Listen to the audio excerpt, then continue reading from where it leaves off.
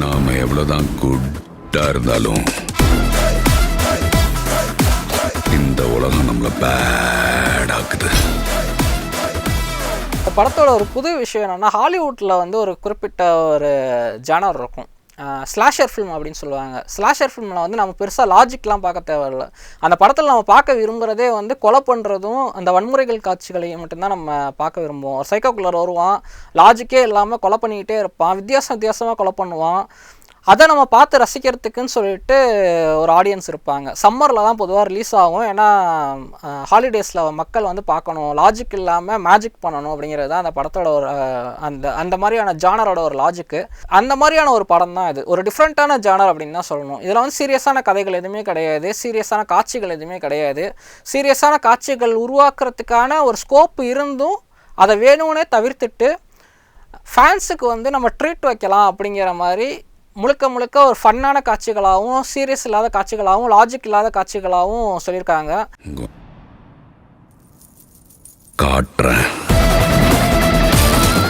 படத்தோட ஒன்லைன் என்னென்னா, வழக்கமாக நம்ம கேள்விப்படுற ஒரு ஒன்லைன் தான். ஒரு கேங்ஸ்டரு திருந்தி வாழ்கிறான், திரும்ப வந்து அவனுக்கு தப்பு செய்கிறதுக்கான ஒரு சூழல் உருவாகுது. அதை பண்ணுறானா இல்லையா அப்படிங்கிறது தான் படம். இதில் வந்து ஒரு மிகப்பெரிய ரெட் ட்ராகன் அப்படின்னு சொல்லிட்டு ஒரு கேங் சொல்கிறாங்க. அந்த கேங்கில் வந்து அஜித் அவர் தான் அவரோட அந்த கேங்கோட லீடரு. மும்பையில் தான் இருக்கார், மிகப்பெரிய கிரிமினலாக இருக்கார். ஆனால் ஒரு கட்டத்தில் அவருக்கு கல்யாணமாகி குழந்தை பிறந்தோன்னே பையனோட வாழ்க்கைக்காக நீ வந்து இதை விட்டுட்டு வந்தால் தான் நம்ம வந்து நிம்மதியாக இருக்கலாம்னு சொல்லிட்டு ஒய்ஃப் சொல்கிறாங்க, த்ரிஷா சொல்கிறாங்க. ஸோ அதனால் எல்லாத்தையுமே விட்டுட்டு நான் வந்து போலீஸ்கிட்ட போய் சரணடைஞ்சிடுறேன், 18வது வயசில் நான் பையனை வந்து பார்க்குறேன், அவன் வந்து 18வது பர்த்டேயில் நான் இருப்பேன் அப்படின்னு சொல்லிட்டு ஜெயிலுக்கு போயிடுறாரு. 18 வருஷம் ஜெயிலில் தான் இருக்கார். இப்போ 18வது பர்த்டே வரப்போகுது, பையனை மீட் பண்ணுறதுக்கான ஒரு சூழல். பையனை பார்க்க வர்றப்போ பையன் வந்து கடத்தப்படுறான்.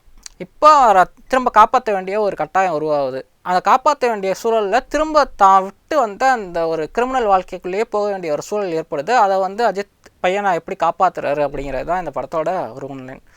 அதுக்கேற்ற மாதிரியான ஆக்ஷன் சீன்ஸு, ஃபேன் சர்வீஸு, அதுதான் படம் ஃபுல்லாகவே இருக்குது. இந்த படத்தோட ப்ளஸ்ஸு மைனஸ்ன்னு சொல்லணும் அப்படின்னா ரெண்டுமே ஒன்று தான். ஏன்னா ஒரு படத்தோட ப்ளஸ் என்னவாக இருக்கும்னா ஸ்க்ரீன் ப்ளே தான் ப்ளஸ்ஸாக இருக்கும். அந்த ஒன்லைனை வந்து கதையாக அப்படி டெலிவரி பண்ணுறாங்க அப்படிங்கிறது தான் இருக்கும். ஆனால் அந்த சீன்ஸ் வந்து அந்த ஒன்லைனுக்கு ஏற்ற ஜஸ்டிஃபிகேஷனாக இல்லாமல் முழுக்க ஃபேன்ஸுக்காக ரொம்ப கன்வீனியண்ட்டாக எழுதப்பட்டிருக்கு அப்படின்னு சொல்லிட்டு தான் நான் நினைக்கிறேன். இப்போ ஒரு எக்ஸாம்பிள் சொல்லணும் அப்படின்னா, பையனை கடத்தினது வந்து ஒரு கேங் அப்படின்னு சொல்லிட்டு தெரிஞ்சிருது. அந்த கேங்கை போய் பிடிக்கணும். இதுவே மற்ற படங்களாக இருந்தால் அந்த கேங் யார், அந்த கேங்குக்குள்ளே எப்படி ஊடுருவி போய் நம்ம பிடிக்கலாம் அப்படிங்கிற ஒரு விஷயம்லாம் வரும். இதில் வந்து ரொம்ப கன்வீனியண்ட்டாக அந்த கேங் யார் அப்படிங்கிற ஒரு தகவலை வந்து ரேண்டமாக ஒரு கேரக்டர் சொல்லுது. இத்தனைக்கும் அந்த கேரக்டர் போலீஸா டிடெக்டிவா அப்படின்னா அதெல்லாம் கிடையாது. இத்தனைக்கும் அந்த கேங் வந்து ரொம்ப ரகசியமாக செயல்படக்கூடிய ஒரு கேங்குன்னு சொல்கிறாங்க. ஆனால் சாதாரண ஒரு கேரக்டருக்கு வந்து தெரியுது. சரி, அதை போய் அந்த கேங்கை போய் மீட் பண்ணுறது, அங்கே போய் சண்டை போட்டு காப்பாற்றுறது வந்து ஓரளவுக்கு ஏதாவது ட்ரிக்காக பண்ணுறாரா, கிளவராக பண்ணுறாரா அப்படின்னா அதுவும் கிடையாது. நேராக கேங் உள்ளாரே போயிடுறாரு. வழக்கம் போல் ஆக்ஷன் சீன்ஸு, சண்டை, அடிதடி, அந்த மாதிரி தான் சீன்ஸ் வந்து ரொம்ப கன்வீனியண்ட்டாக எழுதப்பட்டிருக்கு. ஆனால் இந்த படத்தோட ப்ளஸ்ஸாக அது எங்கே மாறுது, அதை வந்து எப்படி ஃபேன்ஸ் கொண்டாட வேண்டிய ஒரு சூழல் உருவாகுது அப்படின்னா, உள்ளார நுழையிறப்போ அந்த இடத்துல நம்ம பழைய அஜித் படத்தில் ரிமைண்ட் பண்ணக்கூடிய சில விஷயங்கள் இருக்குது. உதாரணத்துக்கு ஒரு பழைய பாட்டு வருது, அஜித் படத்தோட பாட்டே வருது. இல்லாட்டி பழைய அஜித்தோட இதை வந்து டைலாக் சொல்கிறாங்க. இப்போ வந்து பில்லா அப்படின்னு சொல்கிறாங்க, ஃபோட்டோவை காட்டுறாங்க, அந்த மாதிரியான ஒரு விஷயம் கொண்டு வராங்க. ஸோ இந்த மாதிரியான ஃபேன் சர்வீஸுக்கான ஒரு படமாக தான் இருக்குது. கேமியோஸ் வந்து எக்கச்சக்கமாக இருக்குது படத்தில். தமிழ் கேமியோஸ்லாம் போய் ஹாலிவுட் கேமியோஸ்லாம் கொண்டு வந்திருக்காங்க கிராஃபிக்ஸில். ஏன்னா ஜான்விக்கை கொண்டு வராங்க, மணி ஹீஸ்ட்லேருந்து ப்ரொஃபஸரை கொண்டு வராங்க. அவங்களோடலாம் அஜித் வந்து கேங்காக ஒர்க் பண்ணாருன்னு சொல்லிட்டு ஒரு கதை சொல்கிறாங்க. ஸோ இந்த மாதிரியான விஷயங்கள் வந்து ஃபேன்ஸுக்கு என்ஜாய்மெண்ட்டாக இருக்கும், தியேட்டரில் பார்க்குறதுக்கு ரொம்ப அப்ளாஸ்டாக இருக்கும். ஆனால் ஆடியன்ஸாக பார்க்குறப்ப காமன் ஆடியன்ஸ்க்கு அது டிஸ்கனெக்ட் ஆகிரும்.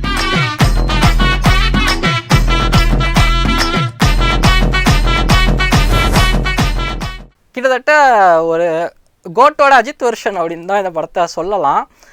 ஏன்னா கோட்டில் உள்ள மாதிரியே இதுலேயும் டிஹெச் பண்ணியிருக்காங்க டெக்னாலஜி வச்சு. ஆனால் அதில் வந்து மெயினாக விஜய்க்கு ஒரு ரோலே இருக்குது. இதில் வந்து ஃப்ளாஷ்பேக்காண்டி டிஹெச் பண்ணி அஜித்தை காட்டியிருக்காங்க.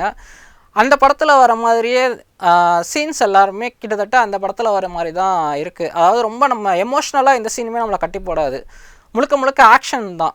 நம்ம போய் தியேட்டரில் பார்க்குறப்ப பயங்கரமாக அப்ளாஸ் பண்ணி பார்க்குற மாதிரியும் அஜித் ஃபேன்ஸ் வந்து கொண்டாடுற மாதிரியும் அந்த ஆக்ஷன் சீன்ஸ் எல்லாத்தையுமே நம்ம பார்த்து பிரமிக்கிற மாதிரி தான் இருக்குமே தவிர அந்த கதைக்குள்ளே ஸ்க்ரீன் பிளேயில் இருக்க வேண்டிய அந்த ட்ராமாங்கிற ஒரு விஷயம் வந்து ஆடியன்ஸ் உள்ளார நுழைய விடாமல் தடுத்துரும்.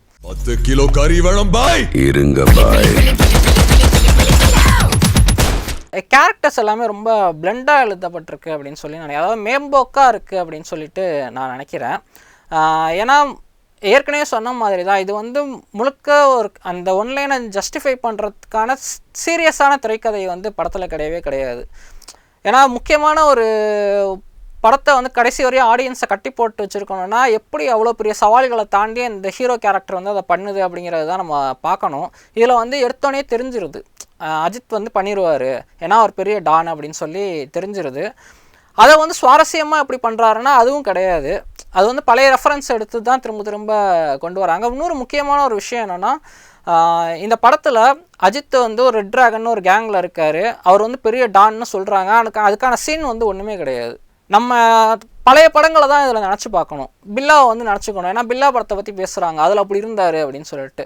அதுவும் எக்கச்சக்கமான கேரக்டர்ஸ் வந்து அஜித்துக்கு பில்டப் கொடுக்கறதுக்குன்னே நிறைய கேரக்டர்ஸ் உருவாக்கி வச்சுருக்காங்க. படத்தோட இன்டர்வல் வரையும் ஒவ்வொரு கேரக்டராக வந்து திரும்ப திரும்ப அஜித்தை பற்றி பில்டப் கொடுத்துக்கிட்டே இருக்குது. சாவுக்கே சாவு பயம் காட்டுறவர், சிங்கம் இவர், இந்த சீன் இந்த சாவுக்கே சாவு பயம் காட்டுறது அப்படிங்கிற அந்த டயலாக்கே 3 இடத்துல திரும்ப திரும்ப வேறு கேரக்டர் சொல்கிற மாதிரி வருது. அவன் பயத்துக்கே பயம் காட்டுறவன். இதுக்கிட்டே கேரக்டர்ஸை உருவாக்கி அதை புகழ்ச்சி பாடுறது தான் இந்த படமே. அதனால அஜித் ஃபேன்ஸால் என்ஜாய் பண்ண முடியும். ஆனால் காமன் ஃபேன்ஸால் இந்த படத்தில் வந்து உட்கார முடியாது, டிஸ்கனெக்ட் ஆகிருவோம். படத்தோட வில்லன்னு சொன்னால் வில்லனுக்குன்னு சொல்லிட்டு ஒரு தனியாக ஒரு டீப்பான ஒரு கேரக்டரைசேஷன் எதுவுமே கிடையாது. ஆனால் வில்லனை வந்து ரொம்ப சுவாரஸ்யமாக காட்டியிருக்காங்க. எப்படி காட்டியிருக்காங்க அப்படின்னா அர்ஜுன் தாஸ் தான் வில்லனாக பண்ணியிருக்காரு. அதை ஒரு ட்விஸ்ட் வேறு வச்சுருக்காங்க. அவர் வந்து ரொம்ப ஒரு எனர்ஜெட்டிக்காக ஒரு ஜாலியாக அந்த பழைய பாடல்களுக்கு டான்ஸ் ஆடிக்கிட்டு, அதாவது ரொம்ப பழைய நாட்டுப்புற பாடலுக்கு ஸ்விம் சூட்டோட கேர்ள்ஸோடு சேர்ந்து ஒரு டான்ஸ் ஆடுவார். அதே மாதிரி ஒரு 2 சீன் வரும், 3 சீன் வரும். அஜித்க பேசுகிறப்போ என்னென்னா ஃபுல்லாகவே ஃபன் பண்ணுற மாதிரியே நான் சொல்ல வர்றது வந்து அந்த பழைய படங்களை ஞாபகப்படுத்துகிற மாதிரியான சில விஷயங்கள்லாம் பேசுவார். உனக்கு வரலாறு தெரியுமா அப்படின்னு சொன்னோன்னா வரலாறு எனக்கே சொல்கிறியா அப்படின்னு சொல்லிட்டு ஒரு டைலாக்கு. இந்த மாதிரி வரலாறு, அட்டகாசம், அமர்க்களம், அவர் தீனா, இந்த மாதிரியான ரெஃபரன்ஸ் எல்லாம் வந்து திரும்ப திரும்ப வர மாதிரி இருக்கும். மற்றபடி ரொம்ப பயமுறுத்துகிற வில்லனா இல்லாட்டி வந்து ரொம்ப அந்த கதைக்கு வந்து அந்த கதையில் வந்து உண்மையிலே ஒரு அஜித்தோட கேரக்டரை பாதிக்கக்கூடிய ஒரு வில்லனா அப்படின்னா அப்படியெல்லாம் எதுவுமே கிடையாது. இப்பதான் உங்க வரலாறு எடுத்து பார்த்தேன். நீ பெரிய வில்லன்னு கேள்விப்பட்ட. மார்க் ஆண்டனி படத்தில் எஸ்ஜே சூர்யாவுக்கு எப்படி ஒரு டிஃப்ரெண்ட்டான ஒரு கேரக்டர் கொடுத்து அதில் ஒரு வெரைட்டி காமிச்சிருந்தாங்களோ அந்த மாதிரி அர்ஜுன் தாஸுங்கிற ரொம்ப சீரியஸான வில்லன் அப்படின்ட்டு இதுவரையும் ஸ்க்ரீனில் இருந்ததை மாற்றி ஒரு ஜாலியான வில்லன் அப்படிங்கிற ஒரு டோன் தான் கிடச்சிருக்கே தவிர ரொம்ப டீப்பான ஒரு கேரக்டர் எதுவும் கிடையாது. இந்த படத்தை அஜித் அப்ரோச் பண்ணியிருக்கிறதே வந்து ஒரு ஃபேன்ஸுக்கான படமாக தான் அப்ரோச் பண்ணியிருக்காரு. ஏன்னா இதுக்கு முன்னாடி இருந்த விடாமுயற்சியாக இருக்கட்டும் இல்லாட்டி நேர்கொண்ட பார்வையாக இருக்கட்டும், அது ரெண்டுமே ரொம்ப கதை அம்சம் அதிகமாக இருக்கிற ஒரு படம். அதில் அவர் பண்ணியிருக்கிற கேரக்டருமே கொஞ்சம் டவுன் ப்ளே தான் பண்ணியிருப்பார். விடாமுயற்சியில்னா அடி வாங்கிக்கிட்டே இருப்பார். அவர் வந்து எடுத்தோன்னே அந்த ஃபஸ்ட் ஹாஃப்லலாம் பெருசாக சண்டைகள் வராது, அடிக்க மாட்டார், ரொம்ப ஒரு ட்ராமாட்டிக்காக தான் போகும். அந்த மாதிரியான ஒரு படங்களை ஒரு பெரிய ஆக்ஷன் ஹீரோ பண்ணுறது வந்து தமிழ் சினிமாவில் கிடையாது. ஸோ அந்த மாதிரி கதை அம்சங்கள் பண்ணிட்டு இப்போ தொடர்ச்சியாக அந்த மாதிரி படம் வேணான்னு ஃபீல் பண்ணாரா என்னன்னு தெரில. இது முழுக்க முழுக்க ஃபேன்ஸுக்கான படம் தான். ஏன்னா ஆரம்பத்துலேருந்து ஒரு பிரமிப்பை காட்டுற மாதிரியான ஆக்ஷன் சீன்ஸ் தான் இருக்குது. அடித்து பறக்க விடுறது, கன்ஸ் எக்கச்சக்க கன்ஸை வச்சு சுடுறது, வெடிக்க வைக்கிறது, இந்த மாதிரியான விஷயங்கள் தான் நிறையா இருக்குது. முழுக்க முழுக்க ஃபேன்ஸை சந்தோஷப்படுத்தணும் அப்படிங்கிறதுக்காகவே இந்த படத்தோட காட்சிகள் எல்லாமே உருவாக்கப்பட்டிருக்கு. அஜித்தும் அதை புரிஞ்சுக்கிட்டு தான் நடிச்சிருக்காருன்னு நினைக்கிறேன். ஏன்னா அவர் வந்து இதில் வந்து சீரியஸாக ட்ரை பண்ணணும், ஒரு புது விஷயத்த சொல்லணும் அப்படின்லாம் ட்ரை பண்ணல. ஒரு ஃபேன்ஸு ஜாலியாக உள்ளார வந்து என்ஜாய் பண்ணிட்டு என்னோடய ஃபேன்ஸுக்கு நான் ஒரு ட்ரீட் வைக்கிறேன் அப்படிங்கிற ஒரு விஷயத்தை ட்ரை பண்ணியிருக்காரு. சார் உங்கள் கார்டு மேலே ஒரு 16 நம்பர் இருக்கும், அந்த 16 நம்பர் கொஞ்சம் சொல்கிறீங்களா சார்? குட்டி குட்டி கேமியோக்கள் வந்து ஒர்க் பண்ணியிருக்காங்க. இப்போ சிம்ரான் வந்து வருவாங்க. சிம்ரன் வந்து ஆல்மோஸ்ட் அந்த பழைய வாலி படத்தோட ரெஃபரன்ஸ் வந்து படத்தில் நிறையவே வரும். பேசுகிறப்பயே அஜித்தோட பேசுகிறப்பயே அந்த பழைய விஷயங்களை நீ ஒரு கதை சொன்னியல்ல ஏற்கனவே, அந்த மாதிரியான கதையை வந்து இப்போ திரும்ப என்கிட்ட சொல்லாத அப்படிங்கிறது. அப்புறம் அந்த படத்தில் பேசி ஒரு டைலாக்ல வந்து அவங்கள இம்ப்ரெஸ் பண்ண ஒரு டைலாக்கை இந்த இடத்துல ஞாபகப்படுத்துறது, இந்த மாதிரி வரும். இதெல்லாம் வந்து லாஜிக்கே இருக்காது. ஆனால் என்னென்னா சிம்ரனை ஹையர் பண்ணியிருக்கிறது வந்து வில்லன் தான். த்ரிஷாவை கொல்ல சொல்லி சிம்ரனை ஹையர் பண்ணியிருப்பான். ஆனால் அந்த கொன்னாங்களா இல்லையா அப்படிங்கிற அந்த லாஜிக்கை மிஸ் பண்ணிட்டு முழுக்க ஒரு ஃபன் ஆயிரும் அந்த சீனு. இந்த மாதிரி தான் வந்து எல்லா சீனுமே கன்ஸ்ட்ரக்ட் பண்ணியிருப்பாங்க. இதுதான் இந்த படத்தோட யூனிக்னஸ்னே நான் நினைக்கிறேன். ஸோ நான் சொன்ன மாதிரி இதுதான் ப்ளஸ்ஸாகவும் இருக்குது, அதே சமயம் வந்து நெகட்டிவாகவும் போக வாய்ப்பு இருக்குது. This is my fucking game. So sweet. படத்தோட மியூசிக் ஜிவி தான் போட்டிருக்காரு.